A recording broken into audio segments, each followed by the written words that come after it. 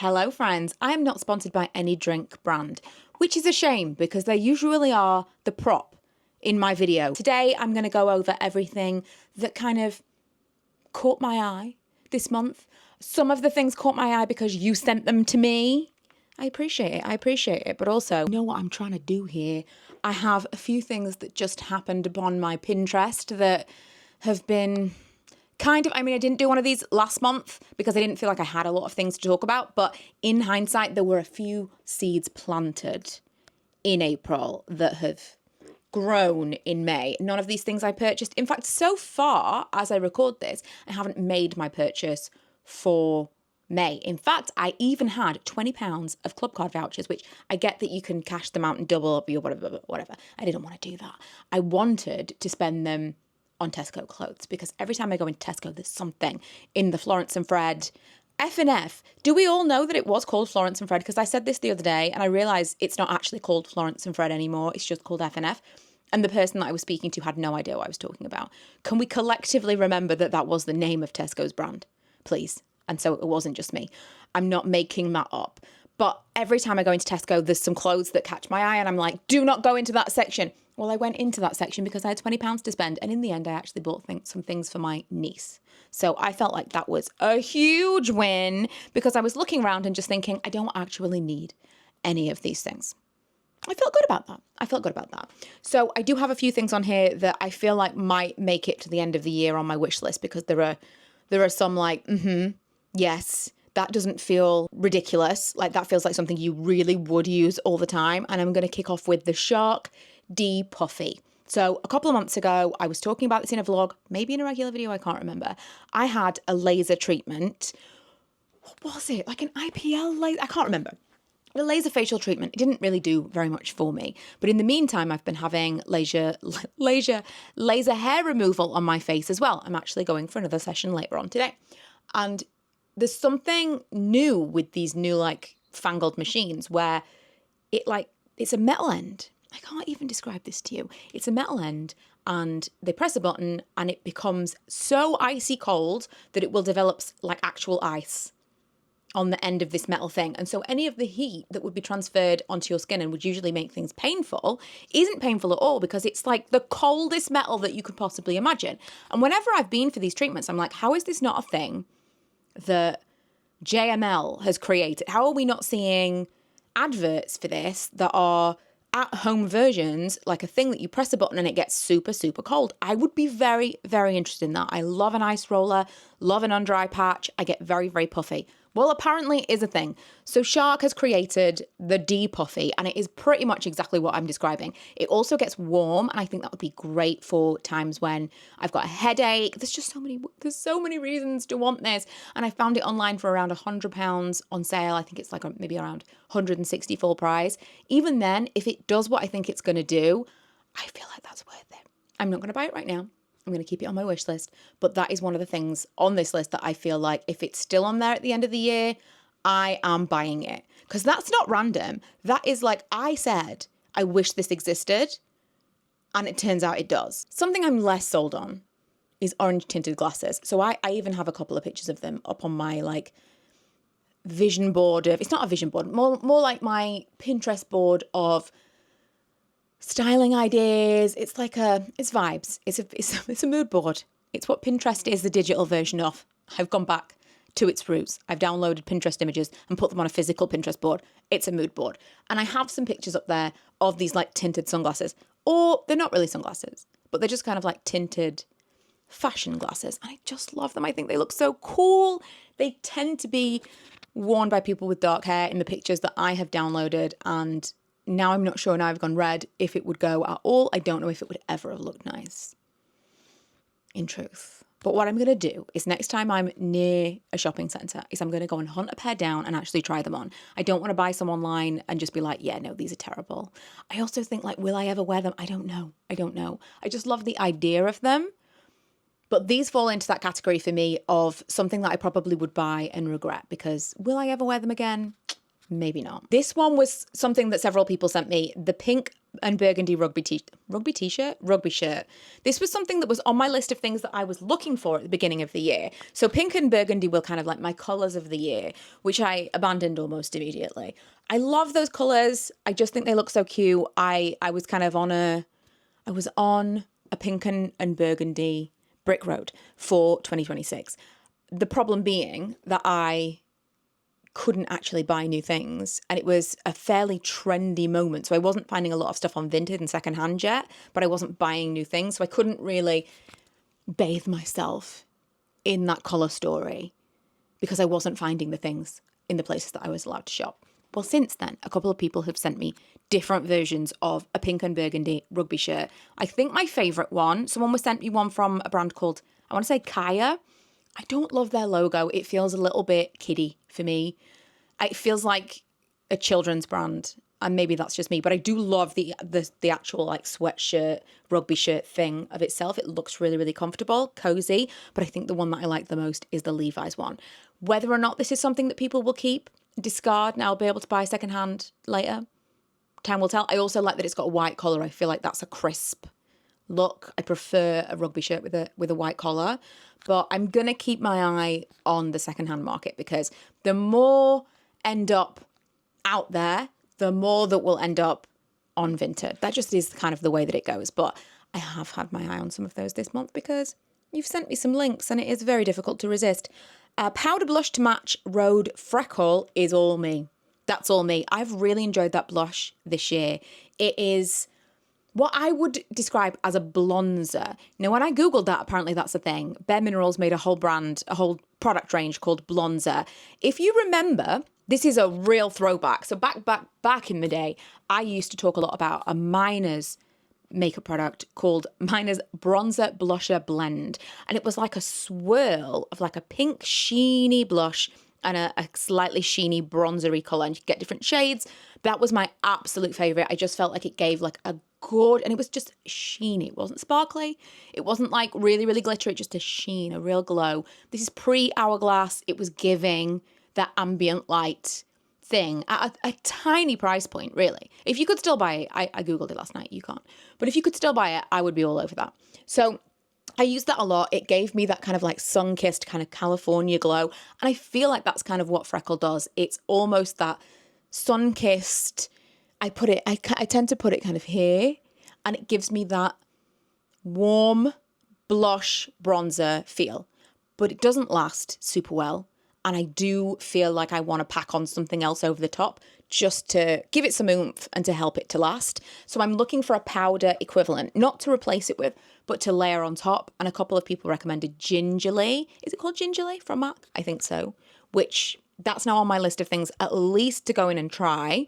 But I probably would like to go and sample a few different things. So I think we may do that. Should we do like a shop with me where I try all the things that are on my list? Like we go around and I try on pink and burgundy sweatshirts and orange sunglasses and swatch different blushes. Should we do that? It's just a whole vibe. I think it's a kind of slight step away from the clean girl makeup look. Is that slightly, I know it sounds stupid, a sunburned makeup look, but it just looks so natural. It's very glowy and kind of almost ethereal. A zip-up hoodie, this is what I was originally going to buy with my Tesco vouchers. I just didn't find one that I liked enough. So I wear cardigans all the time, and we are heavily into the year. And I have not felt there has been one single day where I could just wear a t-shirt.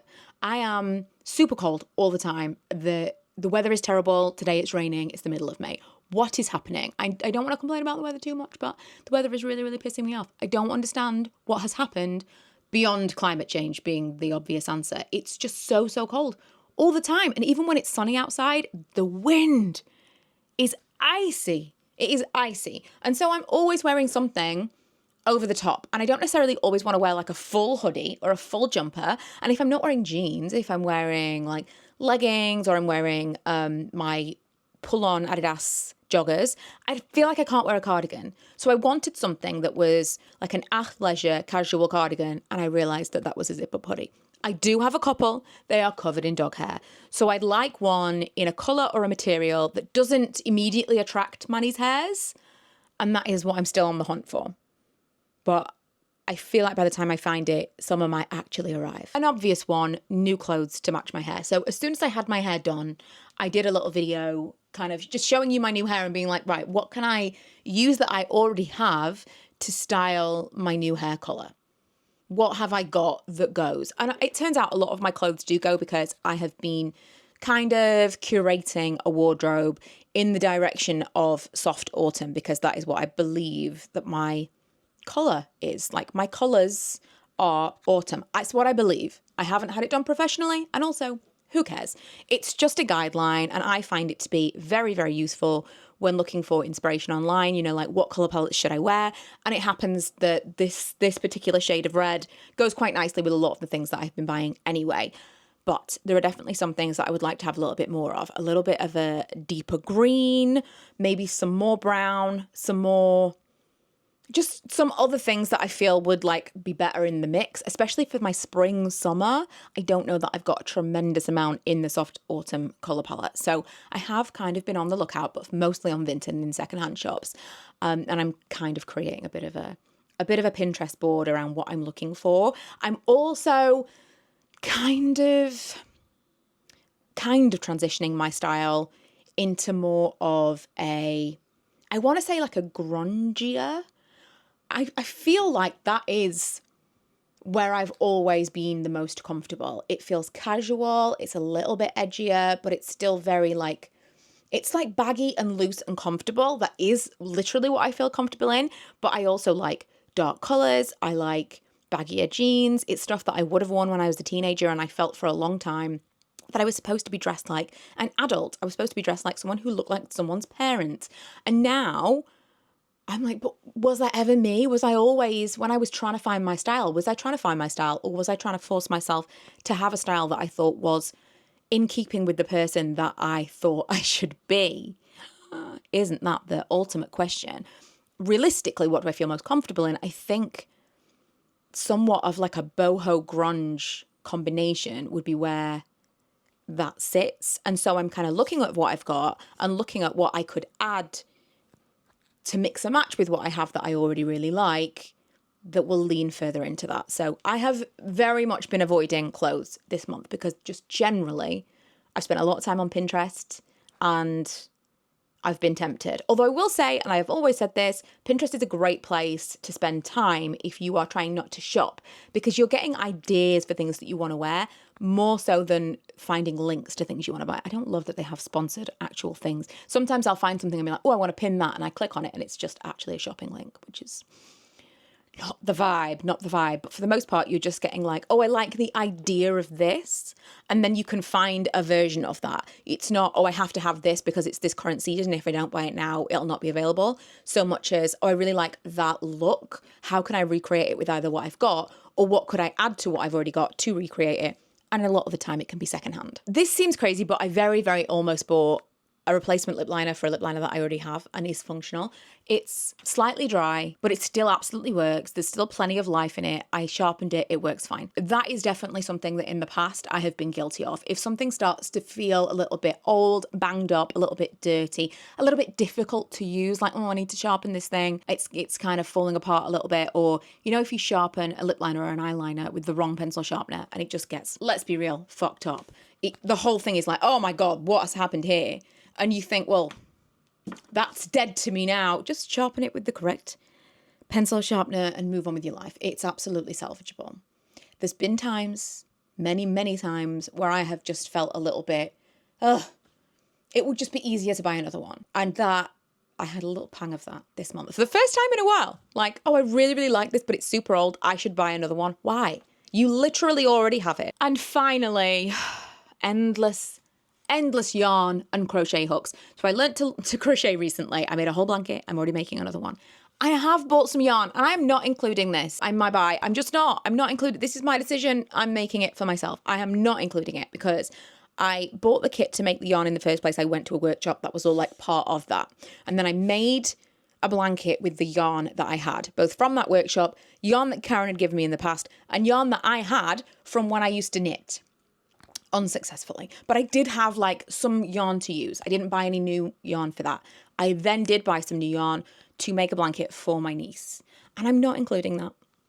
And I don't feel bad about it, because do you know how hard it's been to not go to one of the most beautiful yarn shops in Doncaster? They just have so many things. Do you know how many different colours of yarn there are? Like, so many. There's a rainbow of colour, a rainbow of ADHD out there that makes me excited to have this new hobby, but also very much aware that that could be a very expensive hobby. So I'm currently working on this blanket. When I have finished this blanket, by which time we will have used up all the yarn that I am using, when I finish this blanket, then I will allow myself to buy some more. But I am not going to any shops or to anywhere that's like, oh, let's go and look at this thing, or I would like to make something kind of chunky and I'd need big crochet hooks for that. I'm not even going down that path. As and when I do, I'll tick that off as like, that's my thing that I bought this month. But I'm not doing that right now. I'm trying to rein myself in because it is a new hobby and I know myself, and it is the time where I would spend the most and then immediately burn out. So I am forcing myself to work on the project that I'm working on right now. I have some beautiful rainbow yarn to work on. It's like a princessy unicorn colour yarn. I'll show you the blanket when I'm finished, if I ever finish it. And I love it. So that is what I am forcing myself to do. I am not allowing myself to delve into the beauty of the yarn world, but it has been hard. And that is everything that is on my list for this month. It's really not terrible in the grand scheme, but when you consider that once upon a time, if I wanted something, I bought it immediately. That's a lot of money saved. That's a lot of money saved. And you might be thinking, well, how did you afford all of these things? I didn't afford all of these things. We will get into this in my next budget, because I might actually do a separate video where I talk about Q&As, because I've had so many questions when I do my budget and I tell you what I've spent and how I'm dealing with money, about overdrafts and various other things. Lee's calling me. Just a minute. Anyway, how are you? And yourself? I'm just filming a video. Oh, God. Well, I won't disturb you then. Too late for that. Too late. I'm already disturbed enough. I can't even remember what I was saying. I'm gonna get into the whole thing of like overdrafts, and one thing someone asked was like they couldn't understand when I said I'd paid off an overdraft what that meant, because she was like, yeah, but if every month when the money goes in, like the overdraft is paid off, I don't think you appreciate how large my overdraft is. The fact that I have 2 overdrafts and only 1 salary that goes into one, and both of my overdrafts are larger than the amount of money that I make in a month. That's where we're at. And that's been the case for 20 years, maybe 20 years I've had those overdrafts, and I have lived in those overdrafts constantly. I do not even want to think about the overdraft fees. Every now and then I get an email that's like, did you know you could save money if you weren't in your overdraft? I'm like, oh, I wish someone had told me. I wish someone had told me sooner. This is just how I've lived, and I am documenting that I don't want to live like that anymore, and how I'm hopefully gonna not. So yeah, that's where we're at, but keep your eye out for that video coming soon. Otherwise, thank you so much for watching. If you haven't already, don't forget to subscribe, and I will see you guys in the next one.